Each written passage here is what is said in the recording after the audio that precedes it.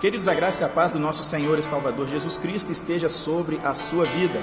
Nesse vídeo nós vamos compartilhar a mensagem de número 6 da série Ele é o Senhor. E hoje nós vamos falar a respeito daquele que redime. Isaías, então, serve como base para todas as nossas mensagens. E lá no capítulo 43 de Isaías, no versículo de número 14, está dizendo: assim diz o Senhor, o que vos redime, o Santo de Israel.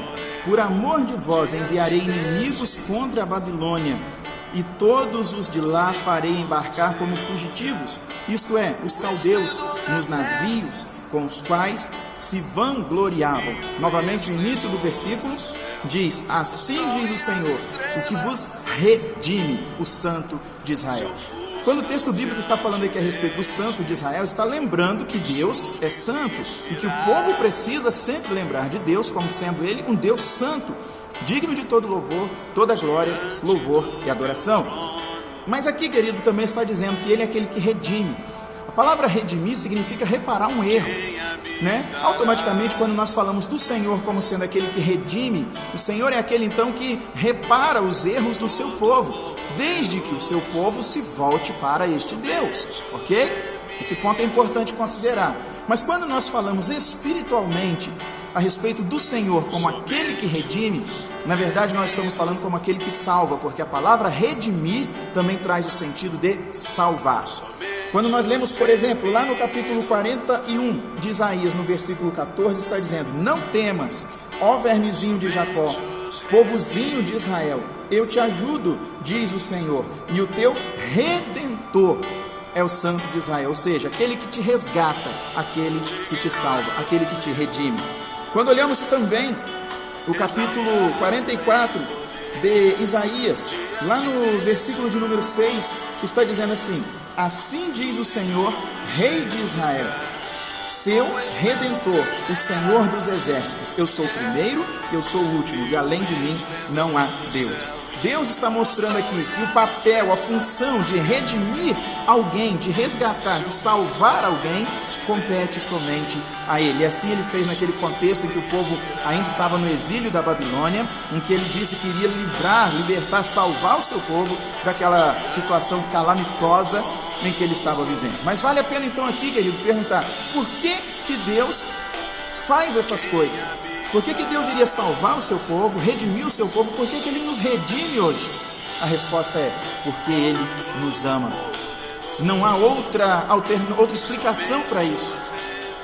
Queridos, a Bíblia está dizendo, leio novamente o versículo 14 de Isaías 43, assim diz o Senhor, o que vos redime, o Santo de Israel, por amor de vós. Ele diz que enviaria inimigos contra a Babilônia, e o propósito disso era libertar o povo de Deus que estava cativo na Babilônia. Ele enviou o rei Ciro, que batalhou e venceu o exército da Babilônia.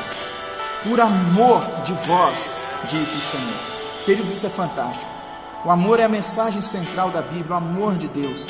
Inclusive o versículo chave da Bíblia, João 3,16, diz que Deus amou o mundo de uma forma tão extraordinária que enviou o que Ele tinha de melhor, o seu único Filho, para que todo aquele que nele crê não pereça, mas tenha vida eterna, ou seja, para que fôssemos redimidos através de Jesus Cristo.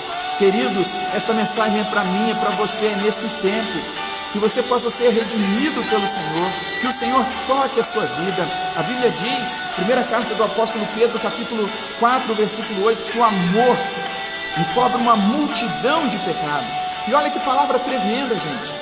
O amor encobre uma multidão de pecados, uma multidão de erros. Aquele contexto em que o apóstolo Pedro escreve é um contexto em que fala de comunhão, dos erros entre os irmãos, e que o amor deveria ser colocado em ação para que isso fosse então desfeito, né?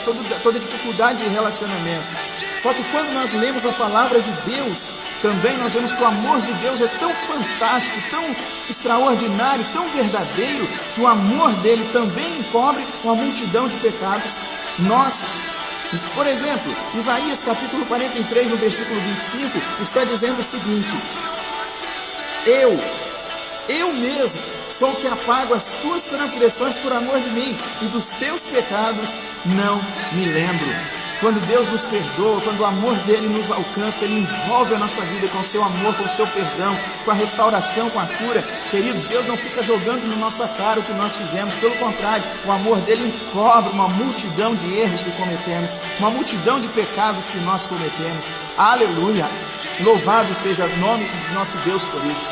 Deus é maravilhoso, Deus é tremendo, Ele é aquele que redime a nossa vida. E agora, queridos, qual é a alternativa do homem? O que é que o homem precisa fazer diante disso? Joel, capítulo 2, versículo 32, na parte A, fala: todo aquele que invocar o nome do Senhor será salvo. O homem precisa então, para provar desse Senhor que redime, para provar desse amor, para provar dessa salvação, desse resgate, o homem precisa colocar-se diante de Deus, consertar-se diante do Senhor, invocando sobre sua vida o nome dele.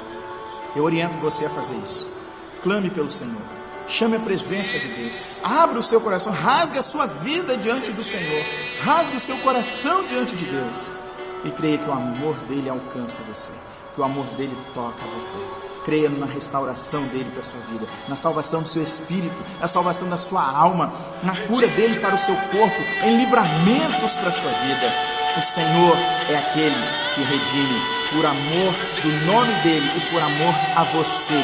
Ele te perdoa, ele trabalha na sua vida. Que essa palavra fique guardada no seu coração, que você possa compartilhar esse vídeo com quem precisa ouvir essa mensagem transformadora, motivacional, e que você possa então ser tremendamente abençoado por Deus. Pense nisso, que Deus te abençoe grandemente. Um abraço e até o próximo vídeo.